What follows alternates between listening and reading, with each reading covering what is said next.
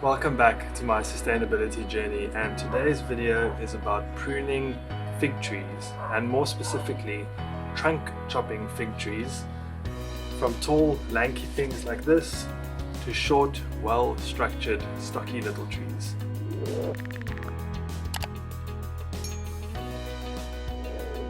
So if we take a look at this tree as an example, it was about 2 meters tall, and last year we did a trunk chop about 30 centimeters high.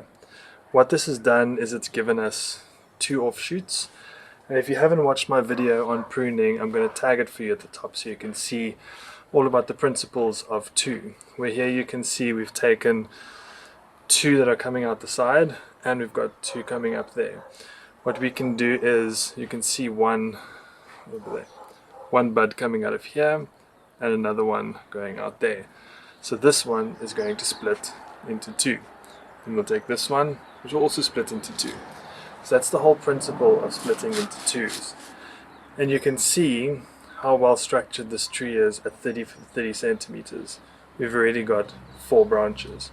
Each of those 4 are already branching out into subsequent branches.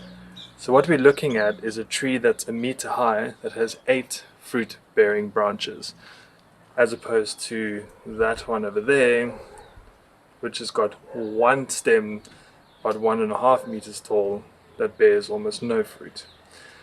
This is our objective, and I'm going to show you how to do it.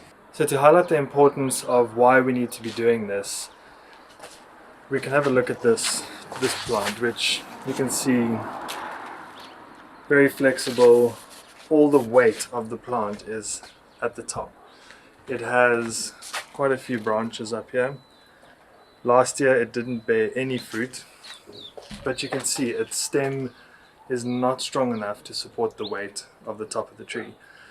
So what we're doing is eliminating all the legginess, bringing it down and making it possible for the fruit to start bearing without us having to need to get ladders and other things to go up high to find the fruit. Pretty simple when it comes to trunk chopping a fig tree, and it is often a big fear, but don't be scared. Fig trees, especially ones in pots, are so strong.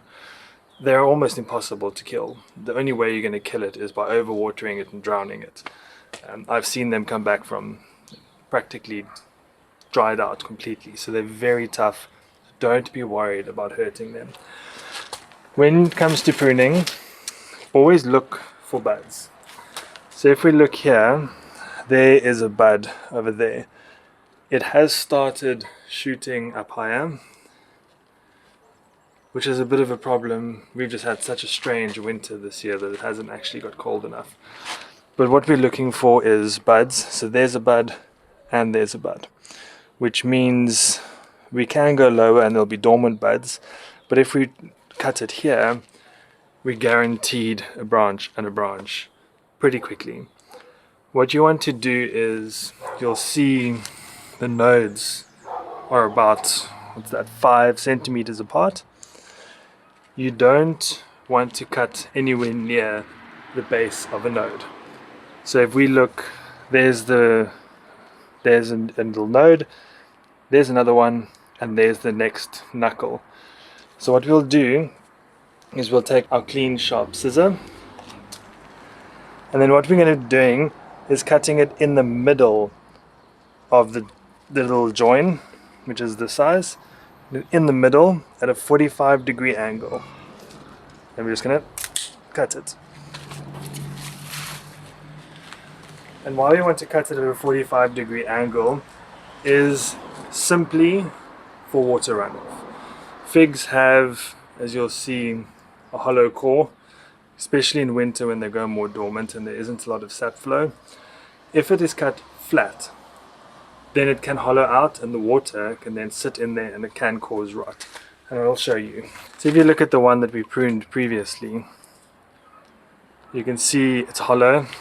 I'll bring it in closer. So if we're coming close to the tree that was previously cut, you can see this was at a slight angle, but it was quite flat. You can see there is a hole in the top. But what you'll see if you go along the side is it has died down just a little bit. And that's perfectly fine. That's why you don't cut it anywhere near the actual joint, because then it's going to start dying back into the actual branch and it will kill it. Where now, if we cut it there, it's all dead wood and we won't have any issues. But if I look at this one now, you can see it's close enough that if that were to die back, it can still die back 3 centimeters and it wouldn't affect that node. That one there, and we're not going to have any issues. So eventually this long stem, trunk chopped, is now going to start looking like a pretty well structured little fig tree like this. All we then do is these little side ones at the bottom, we're just going to take those off as well, just to clean up the trunk and make sure all the energy is going into the branches that it has.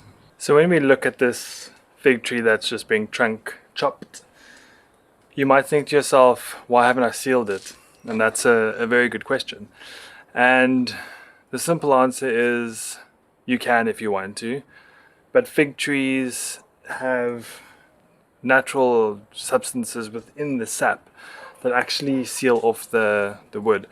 And also when they die back up to a point, then they reach hardwood and they don't go any further. So it's one tree that you don't actually need to seal off. I don't seal off my fig trees at all. I've been pruning them for a very long time. I've never lost one, never lost any limbs. So unlike many other trees, you don't need to worry about sealing your cuts. So that was a nice super quick video on trunk chopping fig tree, a potted fig tree. You can apply exactly the same principles if it's planted in the ground. It wouldn't make a difference, but in ground you obviously lose a little bit of height with the pot, so you wouldn't want to be cutting it necessarily at 45, about 30 centimeters. You want to up that to about 45, maybe even 50 centimeters for your first hard cut.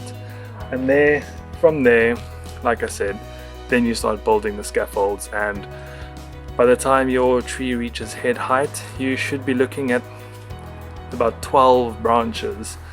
And if you look at each branch usually bearing about 6 to 8 figs, it's quite a lot of figs on one tree that's head height. So don't be scared, give it a go and let me know how it went. If you enjoyed this, please thumbs up, please send it out to whoever you can to share the knowledge, and please subscribe. Every little bit helps. Keep safe, and until the next one, goodbye.